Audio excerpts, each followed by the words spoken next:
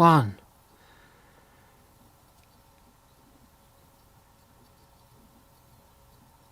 Dum dum dum dum be doo wah. Whoa whoa whoa yeah yeah. Do do do wah wah. Only the lonely. Only the lonely. Hey everyone, it's Friday, and that means it's time for Friday with Friends, and we are here and live in New York. No, you're in New York, right? New York City and New London. Woo! There you go, April. Way to get into it. Today's guest is April Armstrong, who is not only a storyteller, but is an actress, movie star, TV star, rock star. I am not a movie star. But I have friends that are movie stars. Sorry. Oh, yeah. All your friends are? Not all my friends, no. Oh, okay. Yeah, just a couple. Yeah. So my cousin is married to a guy whose father has been in a lot of movies and TV shows. He's a really good actor, but he's never had like the big part. And one of his best friends is Daniel Craig. So, Awesome. right. And there are like these premiere with Daniel Craig. Yeah. Like I've not met him yet. I mean, I've met my cousin's husband's dad, but I haven't met Daniel Craig yet. But he, the Craigster. That's how you should call him. The Craigster. I'd love to call him the Craigster. So, folks who are watching, please let us know who you are and where you are from, so that April and I, we're not being stalked or anything like that. Right. We need to know. We need to know who you are. So, and April, you find you. This is going to be a very boring show, I can tell. Mm-hmm. So both April and I, actually, we've come hot off gigs. April, you did 3 performances already this morning, right? Yes. And in about 10 minutes, I'm going to be asleep. I hope not, because that means the next... After that 10 minutes, I'll be doing the show on my own. Well, I don't really like that idea too much. You're talking, I'll be like... Right, I'll be on my own. It'll be all right. So I am not... That's April right there. I should swap us around, but then we're looking at the wrong... You can swap it. I don't know why. Right? My name looks like it's over... Oh, okay, yeah. There you go. So that I don't... Font. It's a different font. You want to? I only can have that one. I can't. There's no choice of font. There isn't. Right. There isn't a choice of font. You can't be picky with your font. I know. It is a very boring font, but it's okay. It's what it is, and we have to deal with it. Oh, someone's commented. Who commented? Venita. Venita's freaking awesome. You can't hear me? Why can't I hear you? I don't know. Because we be talking. We be talking, and we can hear each other. Does anybody else have problem hearing us? No? Well, we got to wait a little bit because it takes a while for people to take my glasses off and you see my face properly. So yeah, so who are your famous friends then? I don't have any famous friends other than storytellers. Who are my famous friends? Okay, well, my friends are my famous friends actually are more Broadway people. Oh, that's cool. Yeah, I performed with Andre DeShields, who just got the Tony Award last year for Hadestown. Nice. That's cool. Have you got any awards? I have, but I haven't gotten like a big award. I've gotten the J.J. Renault Emerging Artist Award for storytelling. I applied for that and did not get that, so I'm a little jelly. I got an award for acting in when I did, I think it was... No, it wasn't My Fair Lady. I think it was either Ragtime or My Fair Lady it was in California. Okay. And there was some award, I don't know. That's good. I don't good. even know if you can find it online. Oh. That's good. Oh, Pete said our sound is fine, so that's good. Good. Thank you, Pete. And I'm glad that Venita can now hear us, so that's good as well. So wait, where do you see the chat? I want to see the comments. Oh, I see. Yeah, there you go. All right. Sound is fine.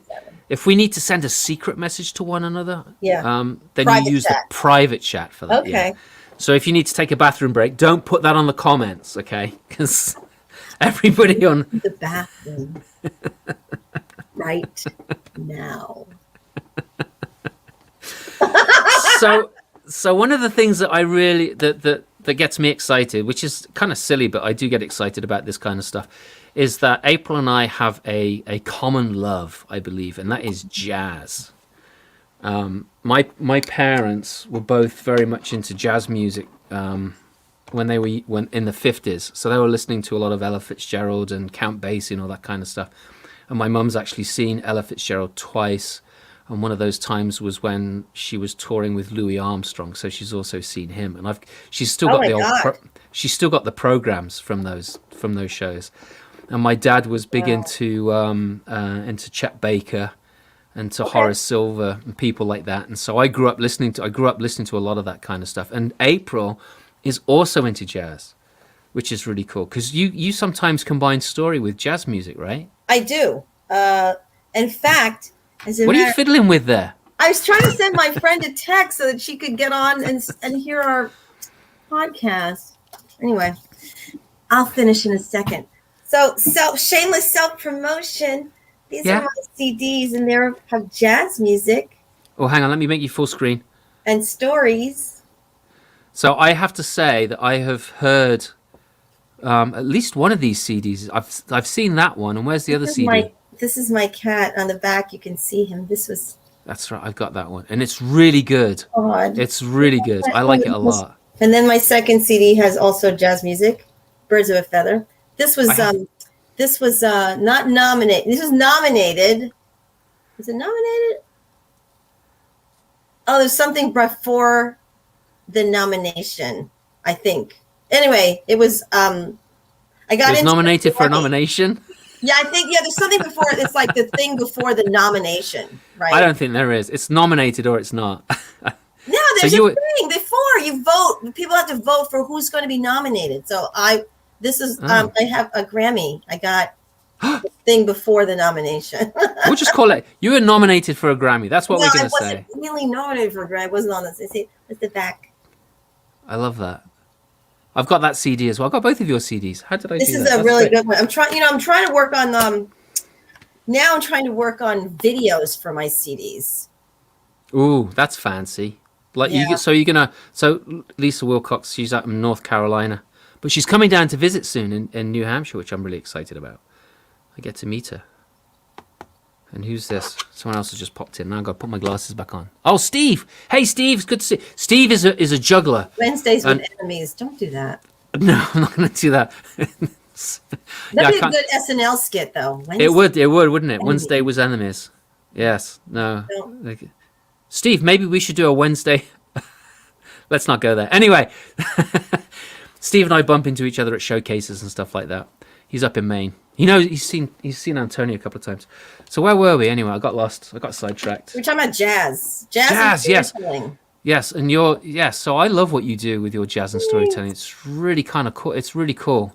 One of my mum's singles is called Red Bird, and it's I can't remember the guy's first name, but his last name is Kingsley, and he did a jazz poetry single EP with this. Write that down. Oh, I can say it's hard to find. You can find it on YouTube. It's called Red Bird, is what it's called. And the name of the poet has gone out of my mind, but I really liked him growing up. And he wrote a short version of sections of the Odyssey, which is amazing. Nice.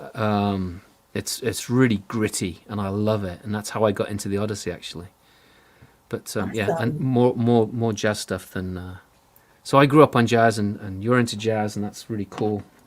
Because there's something about jazz that is it's like deep and it speaks to you. It's kind of like the blues, except the blues is kind of like, I don't know, what's the difference between the blues and jazz? Other than the blues is a kind of jazz. It is. It is. Blues is the first jazz. Mm-hmm. It's more structured, maybe.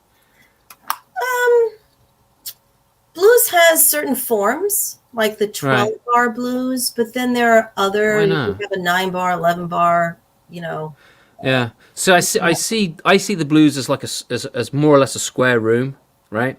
Whereas I see jazz as a hexagon room, if that makes sense. Well, because a lot of times the blues will maintain its form, its shape, Right. kind of like Yeah.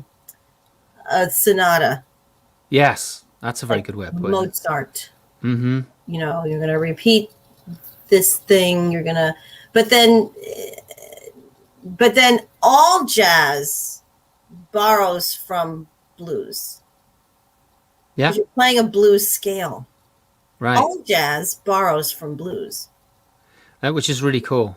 And if you actually listen, if you go to like the history of music and listen to the styles of jazz as or the style of blues and how it merged into jazz through like ragtime and stuff like that, and you can hear it, and then the big band stuff. And then the whole progression is like you can really, I don't know, it's fascinating to me. I love it. I So think how did you? I think everybody can find some jazz they like. It's like Yeah. if you're not liking jazz, then that may be the style of jazz.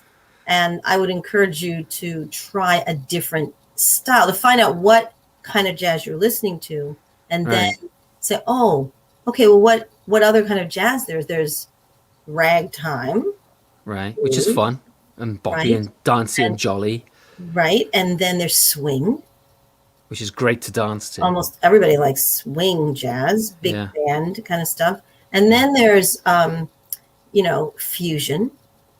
Yeah. Modern jazz. Then you got, let me see. So fusion can be a whole bunch of, hey, Antonio. You've got Cuban jazz. You've got, Cuban. yeah, Ah. Huh. right. You've got Spanish jazz, there's a lot of improvisation in salsa, a great deal of improvisation in salsa. Yeah. Yeah, I love salsa. Latin jazz, that's what it would be called Latin jazz. Okay, all right, that I've heard. Yeah, Latin Right, jazz. but then there's Afro-Cuban. Yeah, I've heard of that too. Afro-Cuban jazz, like Mango Santa Maria, Yeah, and that- like, who's- yeah. I was trying to think of one of the names of the guys, but I think it's that guy. and then you've got, and then Santana, Yeah, that when he's playing, what he's doing is playing jazz licks, right? right. His some of his solos fall into jazz. I mean, he's going to fall into a little bit of rock. He's very fused. He's fused. Yeah, and I think the same with Ry Cooder. Ry Cooder's very similar to that as well. He kind of like fuses his style. Yeah, and then everybody's borrowing. Everybody's borrowing from, and then a lot of rock borrows from jazz. In there, Some of it. yeah, quite a bit. Some of it. I think a lot of it borrows from the blues. And borrows from Alan's- blues, which is jazz. It's true. So Alan's here. Alan's everywhere. He's great. Hi, Alan. It's been a while. I don't know. Maybe it hasn't been. It's good to see you here, though. And what does Antonio say now? Bossa Nova. Bossa Nova. That's a Jazz great. and samba. You've got, thank you, Antonio. Yeah. You've got all of these combinations. Right. One of my favorite rock that borrows from jazz is like Led Zeppelin. Oh, I love. Yeah. Yeah. Right? Fool in the Rain. Jazz. Right. That's He's using a blues scale. right. You know, Yeah. How did you get? So you started off in acting, right? I started off. Well, I always was an actress as a kid. I mean, Right. that was just what I was doing. Actually, I was a storyteller. My first story was in first grade. Yeah. Yeah, when do you learn how to read? I think it's first grade, right? Yeah. First grade, probably. Yeah. Yeah, so it was like first or second grade. So yeah, I think it was first grade. So I was reading the book Are You My Mother? And the first graders that learned how to read could take their books to a younger class, like the 3-4s or the 4-5s. Uh-huh. And then you could read to them if you wanted to read a story. So so I took the book Uh-huh. and was reading the book to them, and like the teacher would do, and showing the pictures and reading it. And then Yeah. the teacher noticed that the words I was saying were not on the page. Oh, really? That was really- So I had made things up. I had, and after a while they found out I wasn't really reading the book. Like, not that I had memorized the book, like I technically wasn't reading. So they had Right, to wait a while. That's funny. Well, wasn't that Joseph and his amazing Technicolor Dreamcoat? It wasn't that what he did as well. There's some character in the Bible That wasn't really reading. that wasn't really reading. He had memorized what his parents were reading to him because he wanted to do that. Oh, I didn't realize that. Yeah. Yeah, I didn't know that story that well. yeah. But storytelling was, I guess, my first love, and then came acting. I was Mrs. Lincoln in third grade in a skit. Nice. Yeah. In a no, skit. I'm sorry, it wasn't third grade. No, I think it was like maybe first or second grade. I went to a private school. We did a lot of very unconventional things. So we did the assassination of Abraham Lincoln. In first grade. Yep. Were there like balloons filled with blood that were exploded and No. stuff? No. That's like public theater. No. That's sixth grade, right? This is a while ago. My first grade was a long time ago, but we and then she died, and I had like a meltdown, right? I had a thing because I was the wife, so I was very dramatic and had a big meltdown, and everybody was very impressed with that performance. I bet. So but I ended up going to music school for college. I went to Manhattan School of Music. Nice. Is that how you ended up in New York? Because you came from Detroit originally. I came from Detroit when I was a baby. Oh, okay. Wee little tyke. Yeah, I came when I was a baby. Yeah, I was just born there. I didn't live there. Oh, okay. So I was reared in New York. Oh, okay. In Harlem. It's a good place to be reared. That's yeah, for sure. baby. Alan DeBay. You got there you go. Birds of a feather, baby. Yeah. Tell everybody how good it is. Tell them how good it is. Yeah. I'm telling you, I'm coming up with some videos for this. That'll be exciting. First one's gonna come out this summer. I'm gonna have it. It's gonna be great. It's gonna be great. So you're going to dress up in a blue thing and with a big yellow nose? No, I'm not gonna do that. What's the matter with you? I don't know. Just a question. Jeez. Come on. Oh, it's upside down. Am I gonna dress up like this? Do you know? I made this thing right here. You did the cover as well? I didn't do the graphics, but I did the pictures. Oh, you are so. See, you're multifaceted. You're like the. Okay, wait. So you want to hear? Like, I have to. So this is a. This is a story. This. Can you see it now? Nope. Yes. Oh, yeah. There it is. Okay, so this is the story. See this thing right here? This bird. Yes. Okay, so these are two indigo plumes from a boa. Oh. Boa. Yeah. Okay, so I found these feathers upstate New York when I went to visit a friend, and I was like, "Oh, those feathers are beautiful." And they're really gorgeous. You can't tell because they look much darker on the CD cover, but they're just really rich indigo. And they were in like a little shoebox, and I bought them for like $10. And I was like, I'm going to use that. And I needed a cover, and I had to think quick. I put these feathers down on the floor, and then I was like, and I had a friend had given me some peacock feathers. So these are peacock feathers. So I cut them out. No way. And I placed the eyes down, and then these are pipe cleaners. There's the feet; they're pipe cleaners. Yeah. And then this nose is a piece of paper. You see, you're just amazing. You're so talented. And I took a picture of it, and that was. And that's it. Yeah, that's it. That's the cover. And then I got another story. The inside. Okay, so unfortunately, the CD lives here when it's in the CD. But this, not the writing, the bird. This is backwards. This is hard backwards. You see this bird? Yes. Other way. There you go. Whoa. Okay, that is a collage I made, and I didn't even glue it down. I was sincere. I had it on the table, and I was just like, okay, it's done. I took a picture. That's so great. I mean, the thing about that that's really nice is that it's probably because it's not glued down. It's got all this. The layers are still there and very, Yeah, right? they're, Kinda like a they're little kind of depth, poofy. yeah. Yeah, right. True that. And that makes it look nice. And it stayed That's like that for a long time until a friend of mine came over and was doing some work for me, and he moved the drum that had the paper on it, and then so I have to. That's on my list of things to do is to go back and redo this, and because it's going to be it's going to be worth a lot of money one day when it goes on auction. So I got to make sure. So Alan and I have actually got a picture of the original, whereas what you'll be selling is a remake of it. No, I'm going to be selling the. What are you talking about? I'm selling the. Yeah, well, okay, maybe it's a remake. Yeah, maybe.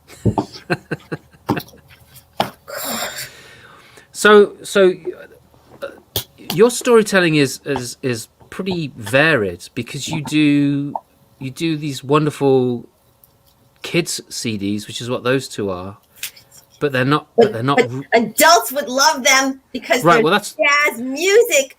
Well, that's what I was going to say because they're. Okay. Yeah, they're not like I mean, I'm not going to put this guy down. But a lot of people love Raffi, right? A lot of kids love Raffi. Yeah, they do. They do. I am not one of those people. Somebody they ripped a Raffi CD for me, and I listened to like 2 songs, and I was just about ready to throw it out through the window of the car by the end of the second song. I was not a big fan. And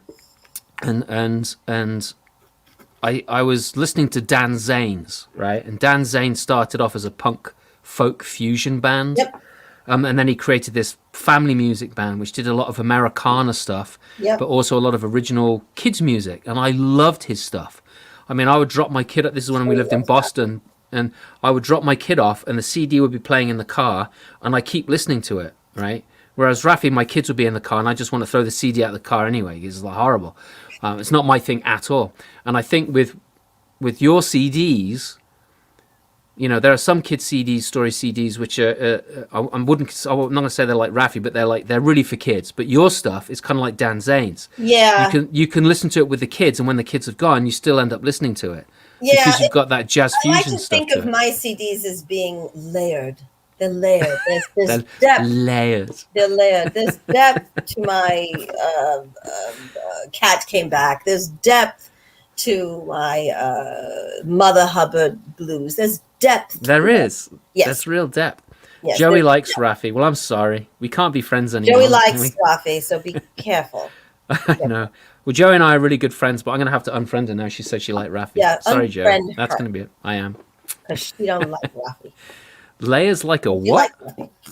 Layers like an onion. Like an onion. Oh, that's not what she said. She said Oni Bob. It's a typo, Simon. Just calm down, Simon. Come on, Simon. Baby Beluga. I don't know Baby Beluga, though I have to admit I became a storyteller because my kids got canky with Raphael. Right, you see? Your kids have good taste. I like Dan Zanes as well. Dan Zanes rocks. I would love to get him on my Friday with Friends show. Although I think that's going to be next to impossible. You're talking about Dan Zanes. He's not here right now, okay? So let him go. He's not here right now. It's true. He ain't here. But he lives in Brooklyn, so how close is he to you? Do you know him? Have you hung out with him? Not close. No, I live in Yonkers. Oh, I'm sorry. No, I live in Westchester. Oh, there you go. That's much better. Westchester's very nice. I live in Westchester. No, Brooklyn is far away from here. Well, not really. What is it, 20 minutes? No, it is. It's like a good 45 minutes in a car. With no traffic. See, I live in New Hampshire where the nearest grocery store can be 40 minutes away. So that's just down the road. Wait, what? The grocery store is 40 minutes away? Mm-hmm. Not now we're living here in New London. We've got one right in town. Are you in New London, Connecticut? No, New London, New Hampshire, New England, New World. Come on, get with the program. A whole new world. And she can sing. You see? How many New Londons are there? Isn't there a New London, Connecticut? Come on. There is a New London, Connecticut. You know, and I think why don't you okay, all right, let me just say something to all of you little towns called New London. Why don't you get your own name? All right? Why don't you stop being like right? You're like just a little. What about Springfield? What about Springfield? There are There's a lot of those there are too. more Springfields Yeah, in the there United must have been States. somebody named Springfield. I don't understand it. I know, and that's what why does that even mean? These are my Springfield. It means. What By does the that- way, if you want what to does buy that April's CD, go directly to her and What does email that her even because mean? it means that Matt Goring named Springfield because there were Springfield. so many Springfields that What everyone does would that mean? identify with Is it. there a spring? Is there a field? What is that? There is. It means that there's a field somewhere going doing, doing, doing. Exactly. Doing, That's doing, what I doing. see. Yeah. Yeah, right? Exactly. I don't believe it. I don't believe it. Just like I don't believe New London. I mean, you're not London. Why don't you get a real name? Okay. Then get back to me. I'm feeling slightly Yonkers, hurt right it's now. not like there's a million Yonkers. No, there's one Wait. There's one Yonkers. That's it. Well, just down the road from us. There's Henniker, and there's only one Henniker in the whole wide world. So there you go. Break. I'm listening while I eat lunch at school, trying to type onion. Yeah, right. Yeah, I get it. Eat your lunch. What's going on? Don't worry about it. Eat your lunch, Joey. Eat your lunch.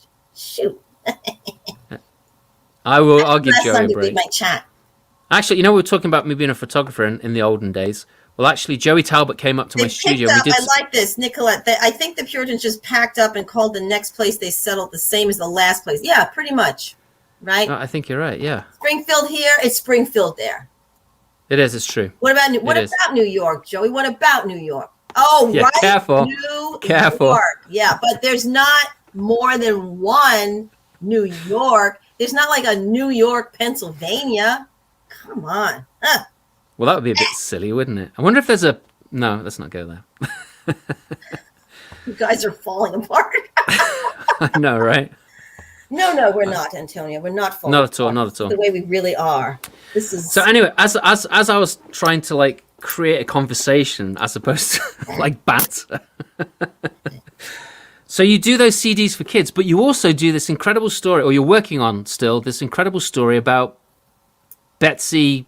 Oh, Bessie Coleman. Betsy Coleman, right? Yes. Antonio, tell us about Betty. Antonio gave me a flying lesson. He did not. He did in a real airplane. Not in a plane. I can't afford him if he's going to try to do it in a plane. Plus, he doesn't live here. It's like, no, he gave me a lesson about flying, so I could be more detailed and specific in my piece. So Bessie. Okay, so Elizabeth Bessie Coleman was the first Black aviatrix, female. Sorry. Yeah, aviatrix, female aviator. And she was, she lived during World War I, during that period. She got her pilot's license 2 years before Amelia Earhart. And she had to go to France.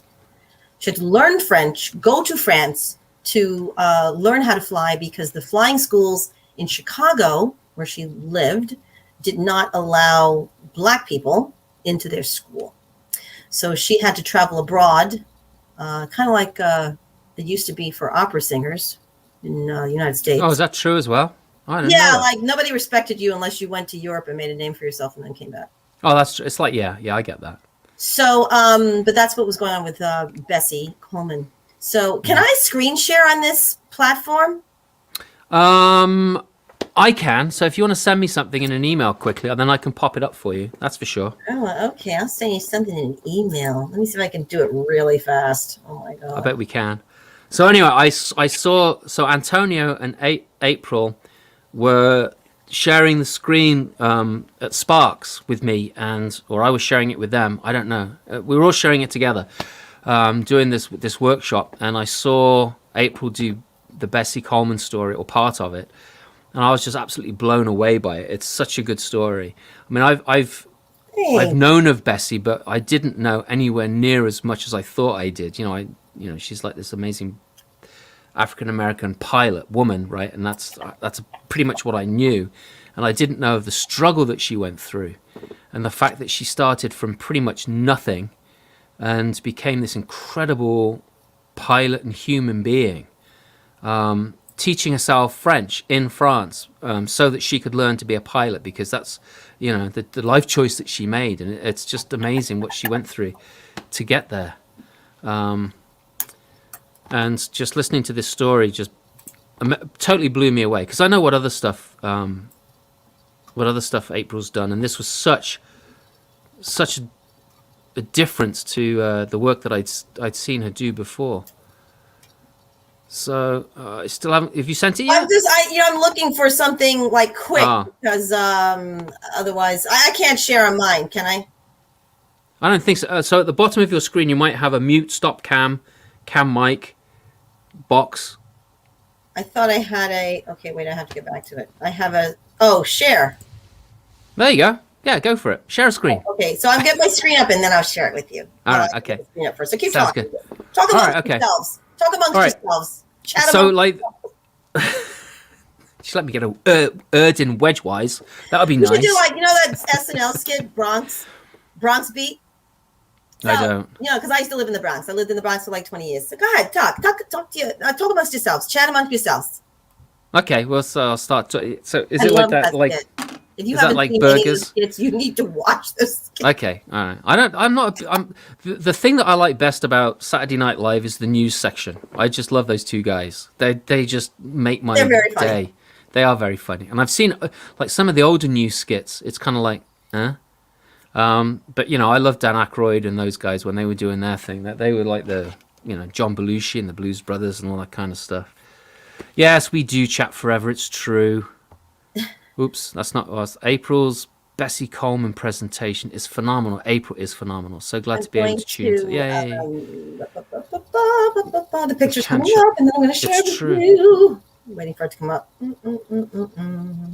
Right now, it's just like blank. Yeah. So, and I found another pilot who it was a woman. She came from a very rich family, and the only reason I compare the two is because she didn't want to be the debutante. She was a tomboy, and she fought against the system, and she also became a pilot. And she was around at the same time that Bessie Coleman and Amelia Earhart were.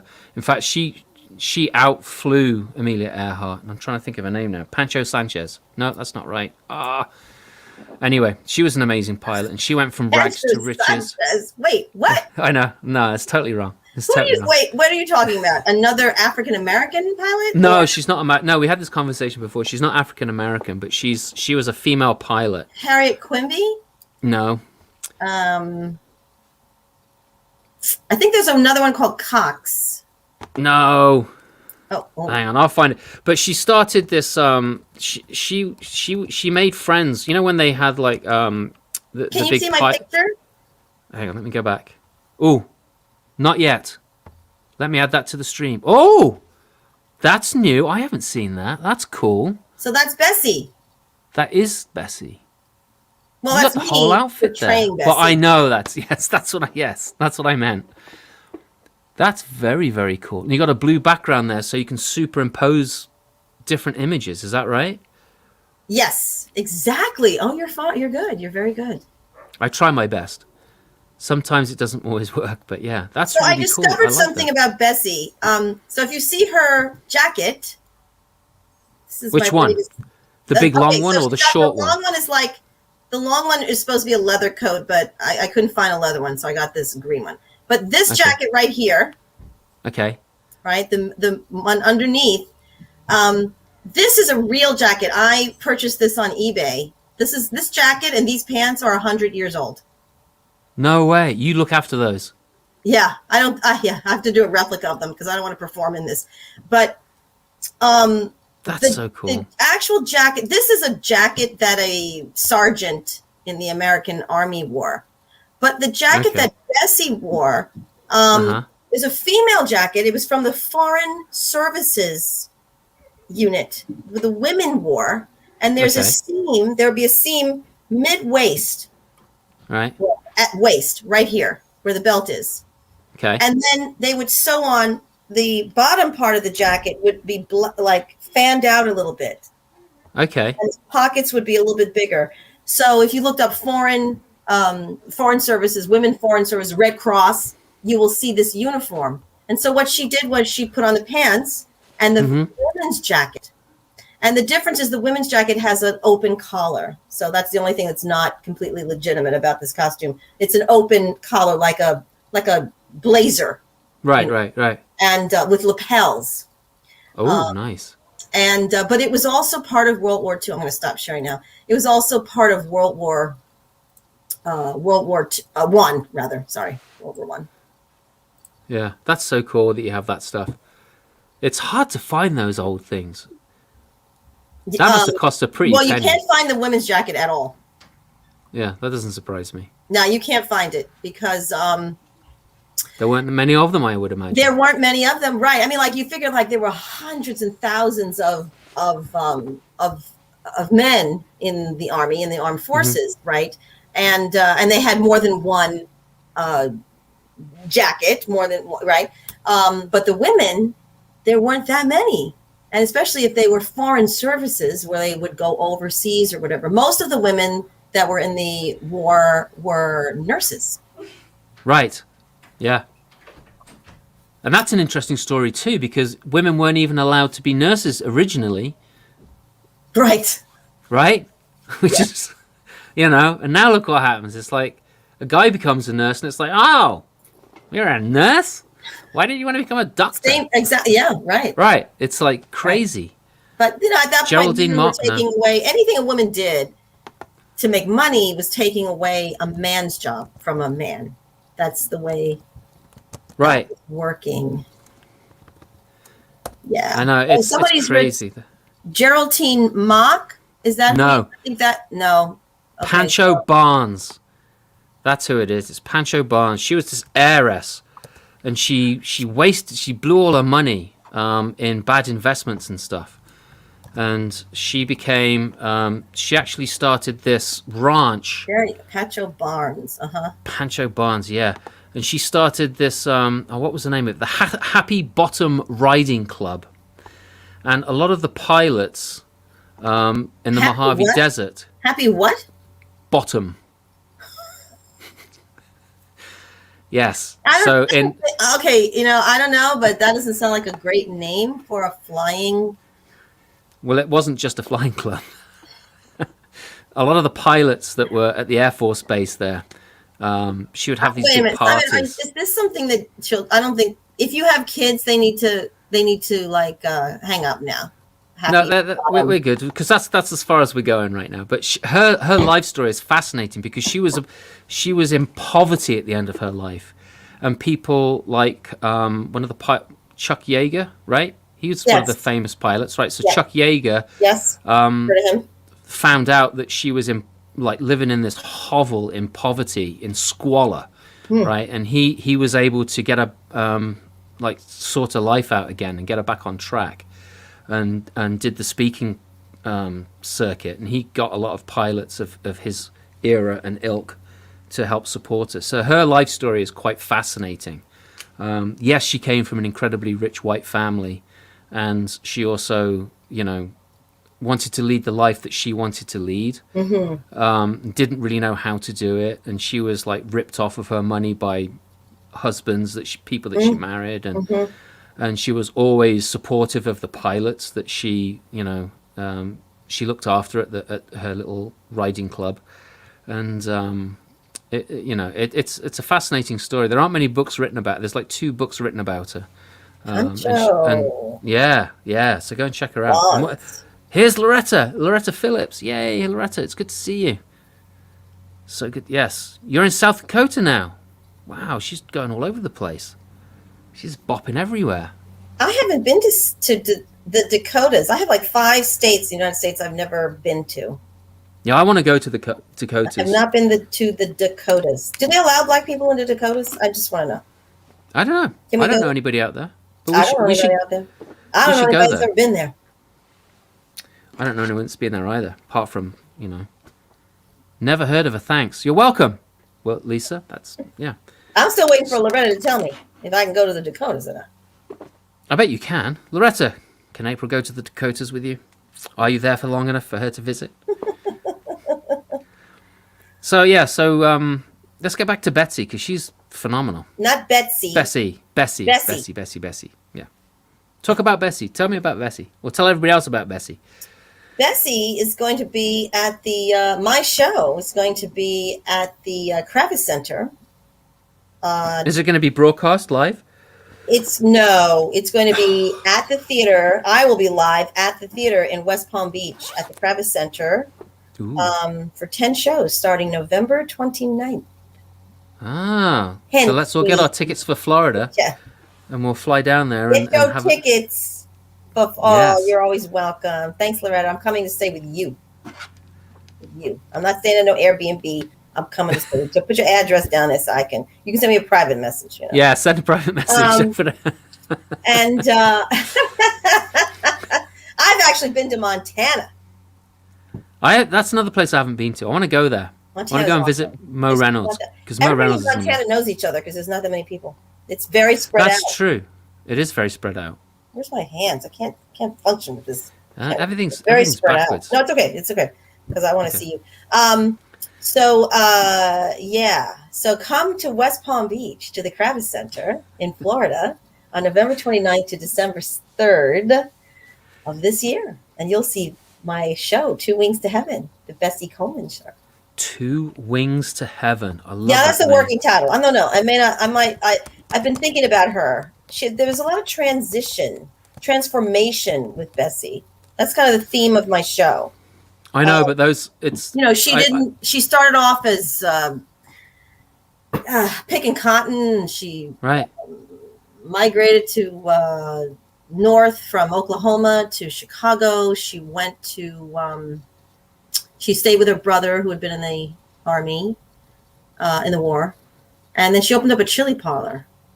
She opened up a chili parlor in Chicago, and it was made her enough money she could send for her sister and her mother. There was like a lot of kids, so she sent for two of them. They came to Chicago. That brought them up there, and then she became a manicurist, and she won a competition, and she got her picture in the newspaper. The Chicago Defender was the black newspaper. And it was this picture in the newspaper that inspired her, pushed her over the edge to make her. She wanted to do something amazing. She wanted to do something important. Didn't somebody say something to her that inspired her that made her want to do something more? I don't know. I think it was what the brother said, like, you're not doing nothing, polishing nails. You know, there are women that are flying planes in France, and she was like, oh. And she'd been hearing all these stories about flying planes, so she decided that's what she wanted to do. And when she went to the flying schools, they wouldn't accept her. And she eventually went to Robert Abbott, who was the editor, the owner of the Chicago Defender, and he championed her. He told her what she had to do. You got to get down. You got to go. You're going to have to go to France. So you better go learn French. And so she did. And I'm pretty sure Robert Abbott sponsored her to go. Okay. Yeah. That's where she got the money from, probably most of it. And then she studied with none other than Fokker, Fokker. I can't think of the man's first name right now, but he was like a famous pilot and Air Force. I bet you Antonio knows who that guy's name is. Well, there's an airplane called the Fokker. Did he design that? I think so. I mean, it's that Fokker, right? So she studied with. Take the kids away now. Take the kids away. So she studied with him at school, right? And she got her pilot's license, and that was like the first time she went up in a plane. I mean, we're talking about a kind of a kooky lady, you know. I mean, I think she had to be a little off to do all of that without having ever been in a plane before she got to France. I know, but or something spoke to her on a very, very deep level. Anthony Fokker, is that it? He was Dutch. There's an Anthony Fokker who was a Dutch pilot. Yeah, I think that must be him. He's Dutch, right? So aviation pioneer, entrepreneur, aircraft designer, and manufacturer. Yep. Yeah. Okay, there we go. So she met a lot of famous people.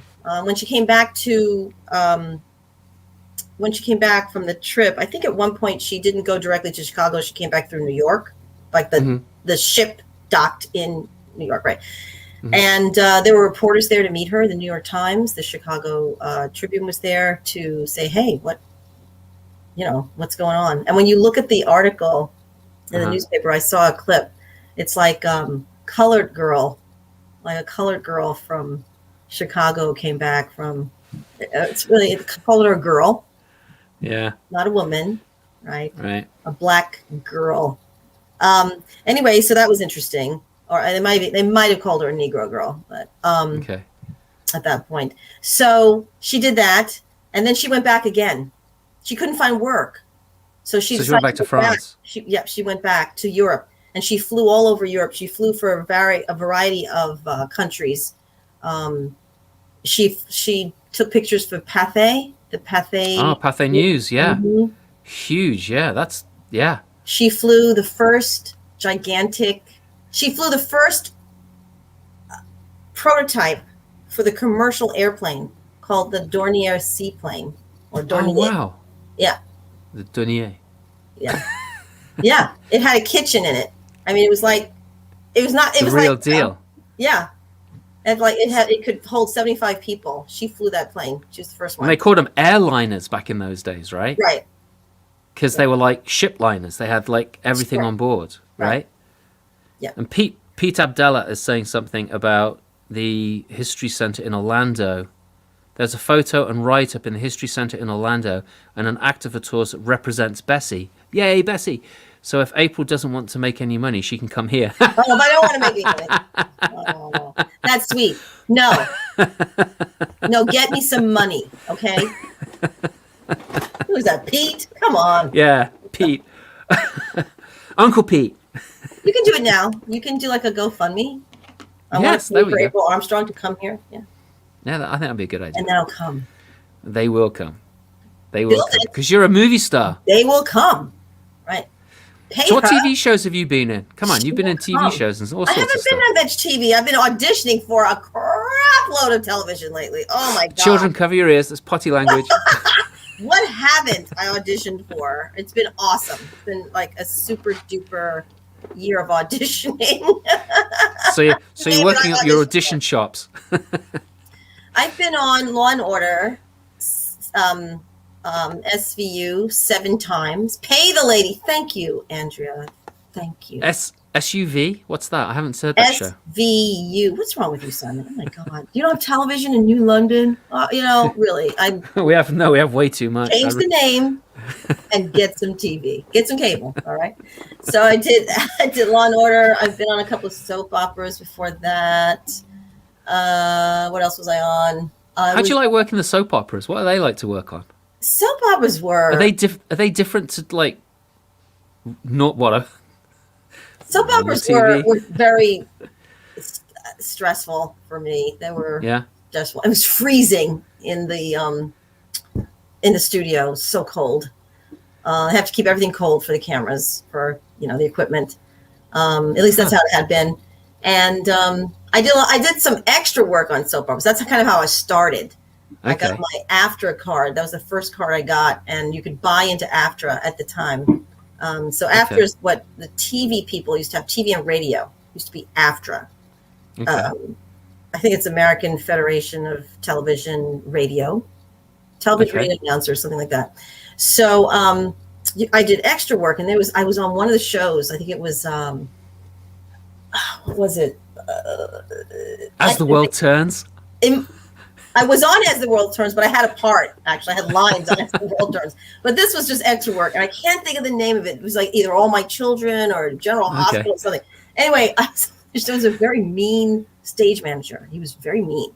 And he was constantly mumbling and not really explaining things, because everything for an extra is, go here, take 5 seconds, and then walk over here and pick this cup up and then go. So if his signals were not clear. So, people were walking, they were like, cut, they had to do a reset, and like, I told you to go over here. It was like, oh my God. One day I was on the set and there was, I don't know, there was some thing going on. and they had a table with a party.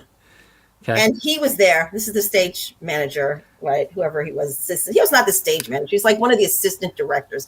Okay. So, and they poured a gigantic thing of water. Like they doused him with this bucket of. And I was like, wow, maybe he should be a little nicer. Now, the extras didn't do that. The background people did not do that. Those were the leads. I was like, I'm giving him a little message, isn't I?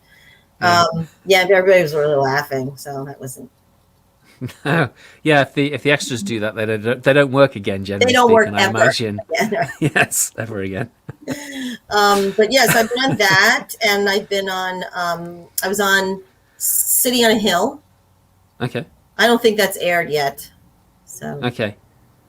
So City on a Hill. I can't tell you what it was because I can't tell you. You gotta watch season 2, and then you'll see it. But she doesn't die in the end. Who? Me? I don't know. Anyone. I can't tell I don't know. I signed an NDA. I can't tell you. Ooh, that's interesting. Do you have to do that for all shows or TV shows? No. But some of the new things where they really don't want you to tell anybody that the plot, yeah, you might end up signing something. But it's sort of assumed you don't take pictures. Like you can't take pictures on the set. You can't show anything until after it's aired. Okay, that makes sense. Give anything away, Right. Are they in this location? Are they in that location? So. That's interesting. That's so cool. That's fun. Yeah. Did you enjoy doing that work, or was it kind of like? That keeps on giving. Sorry, say that again. Television, the gift that keeps on giving. Yes, I know that in England commercials do. Right. That's what I was talking. Yeah. So there was this guy that I got to know, who is an actor in Worcester, where I grew up in England, and it was at Swan Theatre. And I don't know. I think I was probably in my early 20s, and was still doing some work at the Worcester Arts Workshop, and we kind of twinned up with the local repertory theatre, the Swan Theatre in Worcester. And this one guy, he was all about hanging out with us, which is kind of cool. And he'd done this commercial for a chocolate bar called Yorkie, and he's like this tiny little figure on the top of this massive ladder, and he's painting the white cliffs of Dover, except they're Eastbourne, I think, or something like that. And he said, this is the best paying gig I've ever had. And I'm like this big on a TV screen on the top of a ladder. Nobody knows who it is. Right. But we knew that it was him, and he was getting these checks every time it aired, and it was a really popular ad because it was funny and people loved it. So it aired a ton. Yeah, that's and he's awesome. making all this money, and he was doing this play, and he's like, yeah, this play doesn't pay anything near as much. No, it's that's the whole. I'm not going to say the joke of performing, but I mean, being an actor, it's not a joke, but I mean, it's like a reality. So people used to, when I was younger, people used to snub their noses at commercials. They were like, oh, I don't do commercials, Right. Now, who do you see on commercials? Everybody wants to be on a commercial because it pays so well. Right. And again, the gift that keeps on giving. I know people every time it's shown. That's it. Every time. I know actors have bought houses from being on a pharmaceutical commercial. Wow. That's nice. It is very nice. And then you can afford to do theater. Right. Or storytelling. That's when you can take that job that doesn't pay so well in Florida at the then I can go to Florida. Orlando, right. Right. So call the producers and tell them you've got to go back, look at the tapes. And hire. See, that's right, exactly, and that's why it's kind of annoys me that these big name actors that do these. I get why the commercial people want them to be on their on their commercials, because it's well, if they're advertising it, it must be a good product, right? Exactly. But it's kind of well, what about the actors who are trying to make it, who don't have any money? I know. As opposed to the actors that have 4 or 5 houses and a personal chef for each family member. I know. Right? It's bug off and let somebody else get the work. Yeah, part of it is because more of those actors started working on television. So they were doing movies, they were doing a lot of, and then once they started, they were like, well, the TV people don't work as hard and whatever in their opinion. And they said, yeah, give me some of that TV money. And once they got on television, then, only You have to remember that not everybody sees the same films, but a lot of people see TV. Yeah, yeah. So people, right? And especially when movies got expensive and then they didn't want to go out Mm-hmm. Right. and see movies. So you just stay home. You wait till the movie comes on television. Well, Right. let's just be on television. And then, you get the likes of HBO people, right? That's television, Homeland and Right. NIS, and you get some pretty popular people on these shows. And they decide they're going to do commercials. People want them. They're on television. It's not so much that they're a movie star. They're on TV. Yeah. And TV is very popular. So Yeah, powerful and scary. very powerful. Yeah. Yeah. Not a big TV fan. Yeah, it's and then they all start to, especially being on it, right? This way. No, wait, he's on this side of me. So I have to go. Oh my God, it's so hard. Don't kill. Don't kill side. Okay. Oh no, it's telling him. Don't kill side. TV's great. I Some TV's love TV. TV's awesome. I love TV. I love film. Oh my God, film's so awesome. I do like film. I like film, and I do like some TV. That's for sure. Should we talk about storytelling? Because we haven't talked much about storytelling, really. Who cares about story? Oh, sorry. Thank you for being here, folks. It's now time for April to bog off. Yeah, all right. Let's talk about storytelling. So, what floats your boat about storytelling? What do you get out of storytelling that TV and movies don't give you, and theatre doesn't give you? Well, to be honest, if you don't get hired by TV, if you don't get hired by Broadway, I'm not talking about the money. Then I'm not talking about. I like storytelling. I can cast myself. I know, but like, what does? So, I mean, other than the money thing, I'm casting myself as the characters. I get to play all the characters in storytelling. There you go. I like that answer. Yeah, it's not just one. And then I get to narrate the story and offer an opinion about it as well, in a way. And what about the connection with the audience? Does that also, because it's different from theatre, right? I mean, theatre is in front of a live audience, and people in theatre, they perform and they get feedback from the audience. Because I've been to shows, and you can see when the audience is like on, and they're with the performers. The performers give a freaking stellar performance. But if you've got a dead audience, then it's a lot harder for the actor to. I mean, they can go through the words and everything, and they can perform and everything. Yeah. But there's a magic that you get when the audience is feeding back to you. But it's still different. I think that's the same in storytelling. You can have a dead audience in storytelling, and then you can have it was very difficult. My third show today, because the kids kept turning the cameras off. Oh, okay. They were in 5th grade, and they had some attitudes. They turned the cameras off, and then I was thinking, okay, because I could see their names, I would call them and say, "Oh, so and so, I don't see you anymore. Let's turn that camera back on," and I would shame them into turning their cameras back on. I do the same thing. What I was doing, I did some songs and we did some stories, and it got more fun for them. And when they heard, when they would come on, they couldn't really. I was pinned, so I don't think they were seeing other kids in their window, But they opened the cameras up, and once they opened the cameras up and they started participating, then they had so much more fun. It was so much more fun for them. But I think it's funny how that works out, isn't it? Yeah, when you start participating, absolutely. Yeah. I think the audience, but it's also just as nerve-wracking, It's a skill to. I think it's a skill to be in front of an audience in any capacity, because you're still in front of an audience if you're in front of a camera. You're still in an audience in terms of conveying whatever emotion or whatever the text or whatever it is to be convincing. Right. And, Authentic. right now I'm on a camera.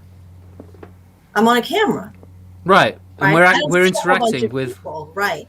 So I think these are skills that we acquire as storytellers, as actors, singers.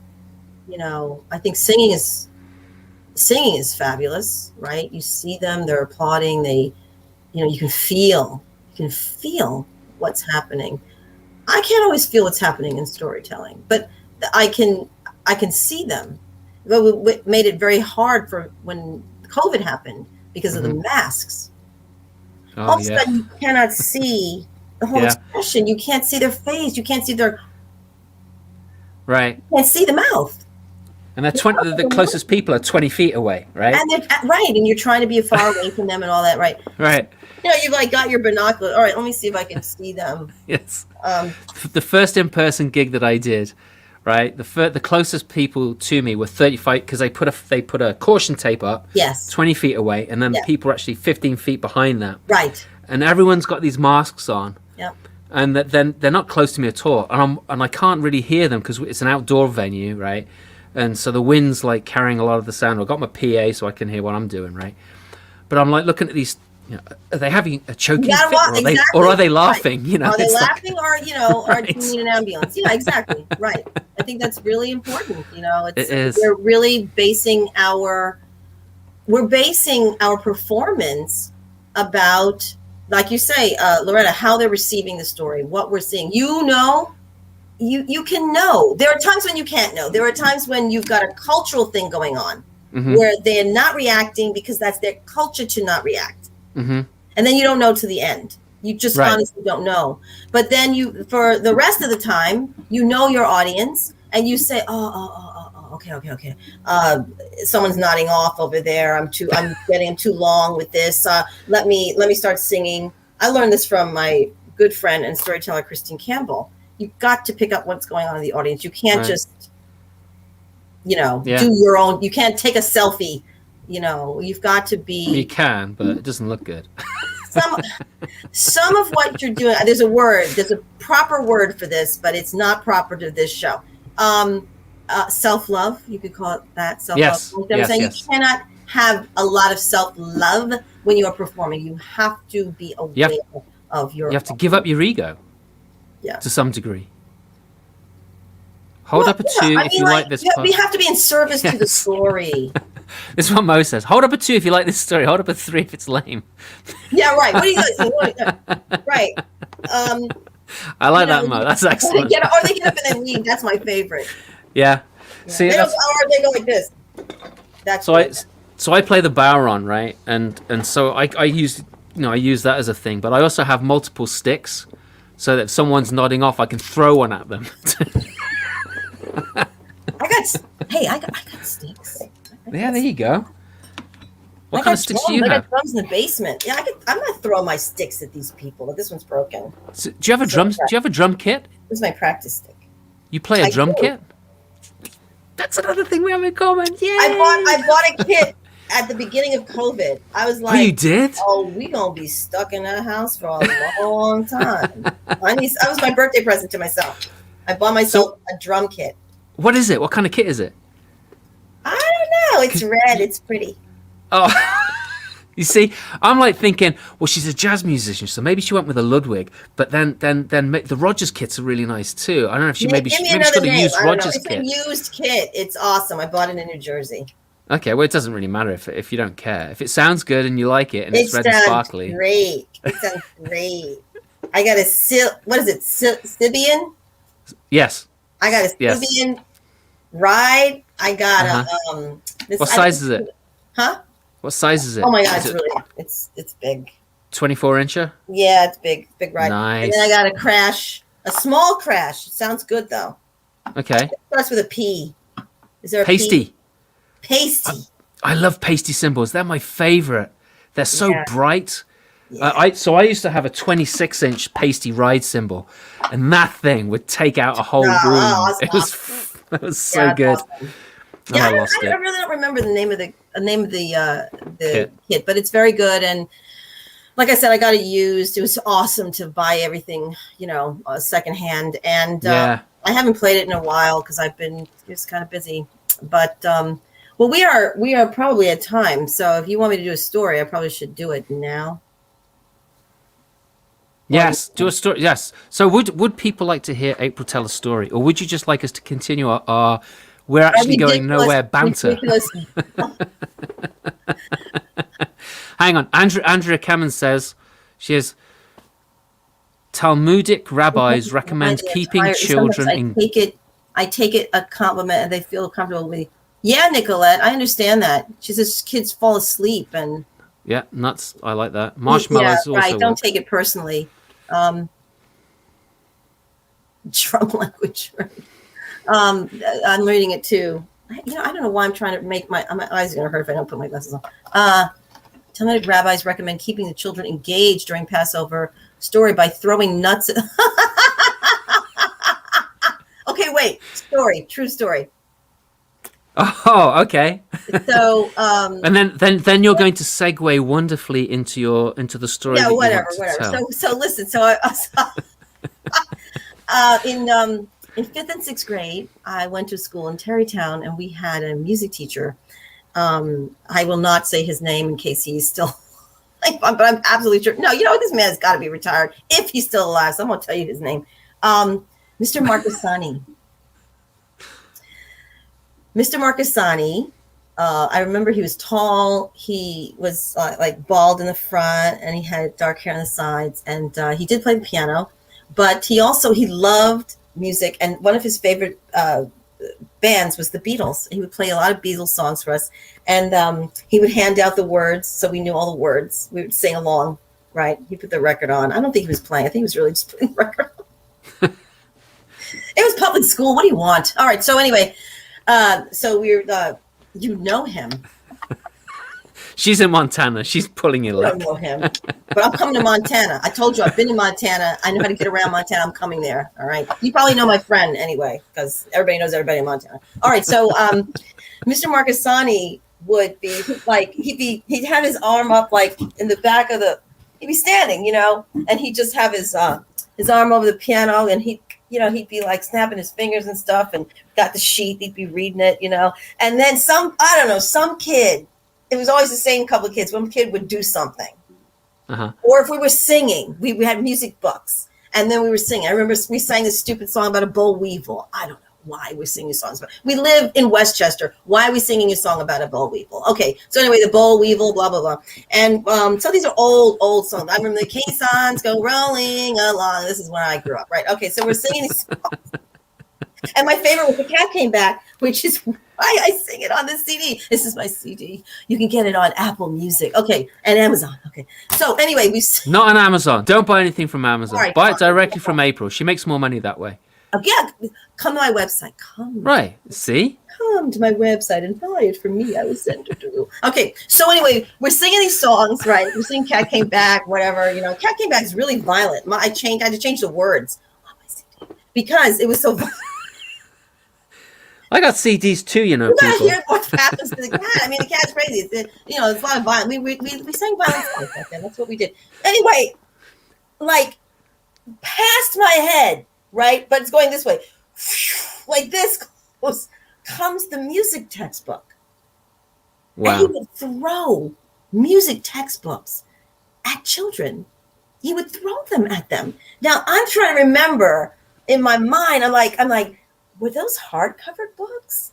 It couldn't have possibly been a hardcover book. It had to have been. No, it could have been smaller. No. I would disagree with you there because we had a school teacher who, this is like back in the 70s and early 80s, who would throw chalk erasers, those wooden chalk erasers. Oh, they were wooden. Oh, yeah. Yeah, and he would hurl those, and he could always hit. Yeah, I mean, he was. Yeah, erasers. I remember that. That was when I was a little bit older. That was like 7th, 8th grade. The erasers, but this is elementary school. Well, so we were under 11. Where'd you grow up?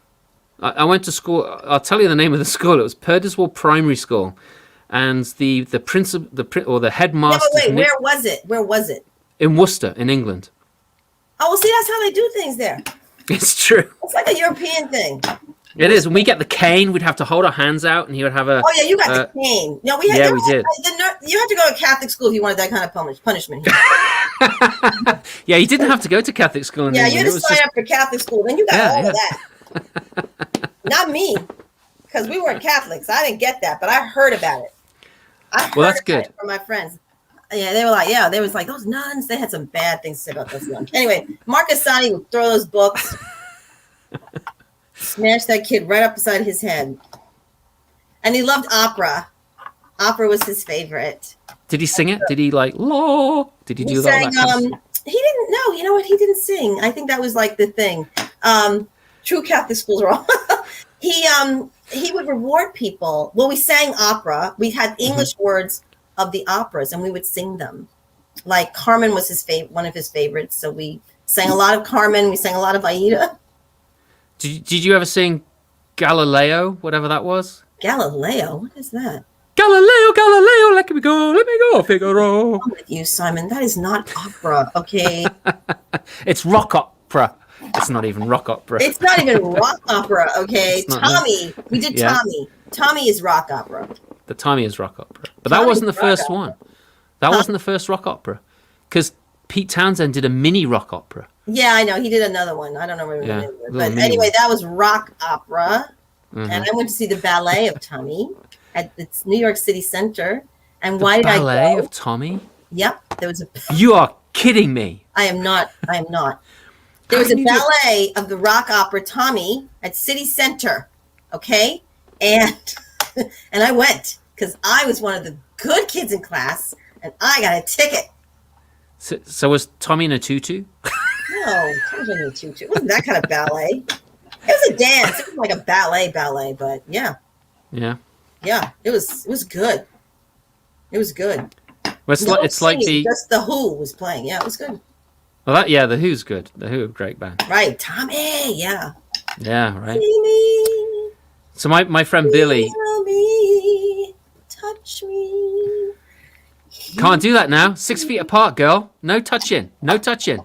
You can touch if you're vaccinated. You can touch if you're vaccinated. So my friend Billy, who works in theatre in the UK, he saw Deborah... Oh, what's her name? She was in Fame. She was the dance instructor in Fame. Deborah... Oh, Debbie Allen? Debbie Allen, yes. Debbie. She did... Debbie Allen. She did the musical Carrie in London. And it ran for 2 weeks. Carrie? Yes. Wait, She wasn't in it. She directed it. Oh, she directed it. Yes. I never saw She it. directed it. Was it good? And Leroy was part of the production as well. Apparently they were really a thing. I don't know. It's like weird. Can you hear me? Yes. Carrie, can you hear me? Can you feel me near you? Tommy, No, Carrie, go away. Can I help Tell you? your story. Tell your story, because people want to hear your story. I'm going to remove myself, and you're going to tell a story. Remove yourself. Yeah, why don't you remove yourself? Son? I'm still here, you I know. feel like Bill Hader. Bill Hader in SNL on the news. Remember the guy? Oh, that's yeah. Sexual guy, and he was always going like this. Mm-hmm. He was laughing so much. Yeah. Okay, if you haven't had a laugh today, because if this hasn't been funny for you, get on SNL and watch Bill Hader do that crazy thing on the news. Oh my God, he's so funny. Tristan, isn't that his name? I don't know. I know a Tristan. I think he's Tristan. Somebody All will right. get it. Okay, story, please. Yeah, they're like, yeah, get on with it. Tell the story. So, Simon, I was hoping you were going to help me with this story because it's a story about. How do you want me to help you? I want you to give me some jazz. You're going to sing some jazz for me. You heard me singing earlier. Why You the don't sun? want that. Okay, so then you can do like a beat or something. You're the drummer. Gee All right. whiz. Me. I'm very bossy. I'm a first You are. and we are Jeez, you know the other person very that's really... bossy. You know, there's somebody else that I wouldn't call her bossy, but she's very take charge. And that's Misty Mater. And I haven't seen a comment, so I feel safe that I can say that today.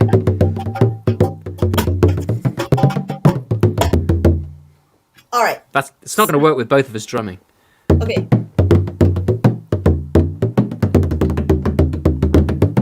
Okay, a little bit slower. So one more like listen. Okay.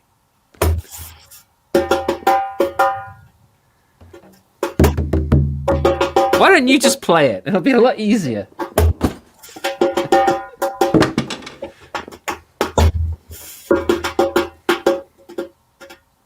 Ladies and gentlemen, April Armstrong.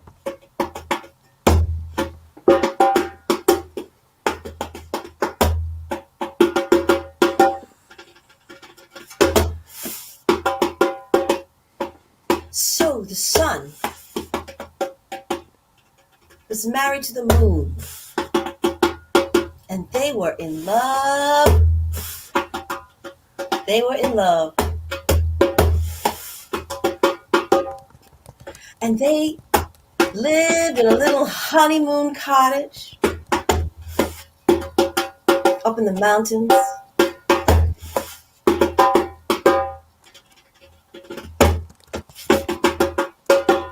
And they had everything they needed. They had each other. They were living off love.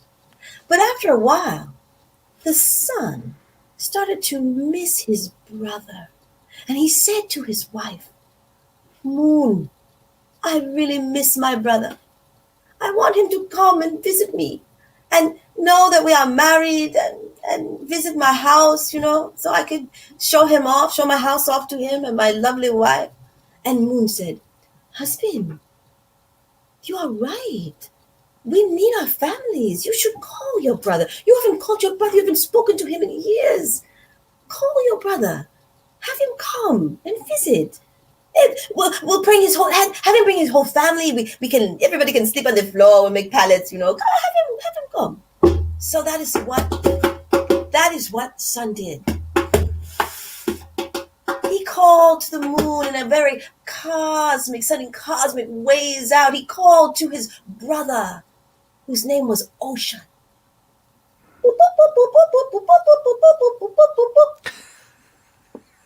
Hello?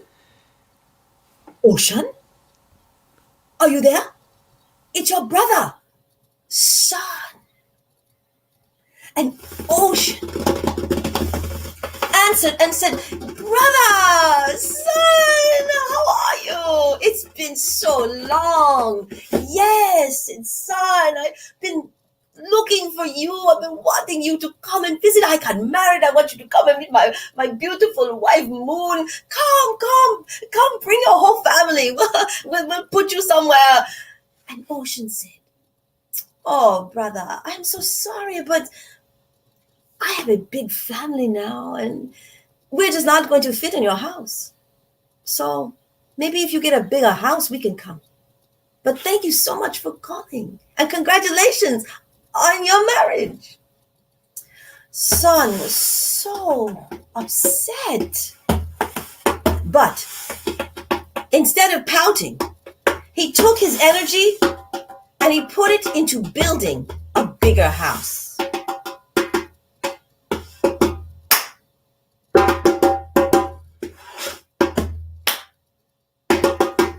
He worked so hard. Building a bigger house. This time, instead of a small honeymoon cottage, it was more like a 2-story colonial. It had a little attic. It had a basement. He was like, yes, now we're set. I'm going to call my brother and he's going to come. So he put out a cosmic call. Boop, boop, boop, boop, boop, boop, boop, boop, boop, boop, boop. Brother? Ocean? Yes, Brother Sun, how are you? Oh, I am well. I have built a bigger house, so come and bring your whole family. Now we have much more room for you. And my wife is going to cook for you. Oh, said Ocean, I'm so sorry. But, brother, my family is very large. So I don't see how we can fit in your house. But if you get a bigger house, we promise to come and visit. See you later. Oh, poor Sun. He was so crestfallen, but he was determined. So he got out his tools, some sandpaper, a router, and he built a big, giant house with story upon story upon story upon story. And finally, he called his brother Ocean. Hey, brother Ocean. It's Sun. won't you come and visit? I've got a really big house now. House now, house now, house now, house now. And Ocean said, brother, I can hear how big your house is. Yes, yes, we're going to come. And Sun said, when are you coming? Coming, coming, coming. We're going to come now. And Ocean started to come and started to flow. And when Ocean arrived at the door, Sun opened the door and Ocean flowed in and started to travel in through the doors and the windows. And Ocean started to fill up the first level, and his family came with him.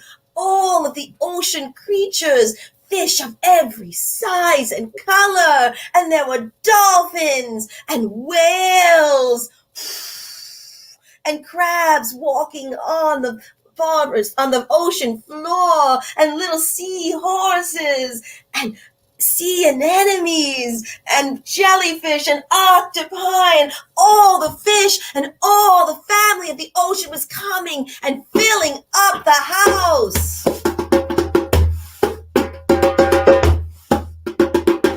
They burst through the top, the next floor, the third floor, the fourth floor, and the ocean just kept coming through the windows until they filled up the house.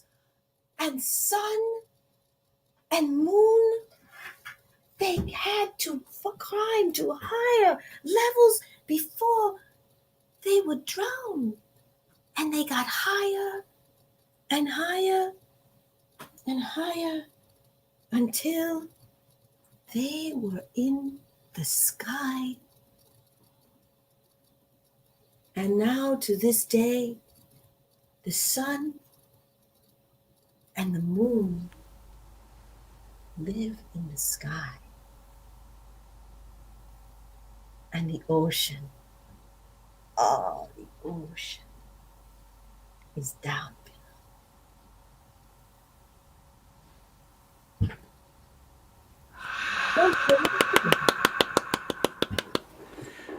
I love that. That was so good. Where's that story from? I believe that is a West African tale. I love that. That's amazing. And I gotta say, your transition of the moon and the sun going up and then they're like looking down. That was brilliant. Absolutely brilliant. Thanks. Love it.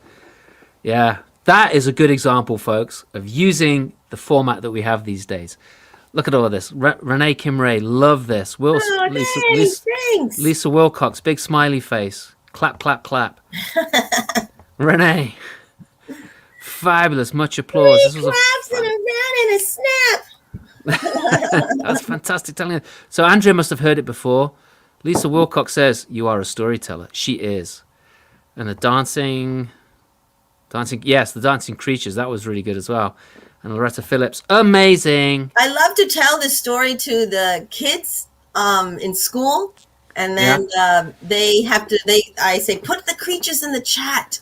And then as they come up, oh, that's a good idea. I'll use the creatures that they say. One of them said stingray. I was so excited. You know, it also tells me what they know. Right. You know, right. Like how much they know and how much is new for them. And I love. So, you know, they may have heard of fish or something in the ocean they had not heard of before. Right. And, if they don't say something right, I just don't bother to say it. Yes. But I got a big kick out of it. So how'd you do a stingray? Show us how you do your stingray. Oh, the stingray's just, you know. Okay. All right. I don't get into the hole. Oh, yes. The scorpion of the ocean. Yeah, the scorpion of the ocean. Very squashed, flat scorpion of the ocean. I love those things. The first time I saw one was in Antigua.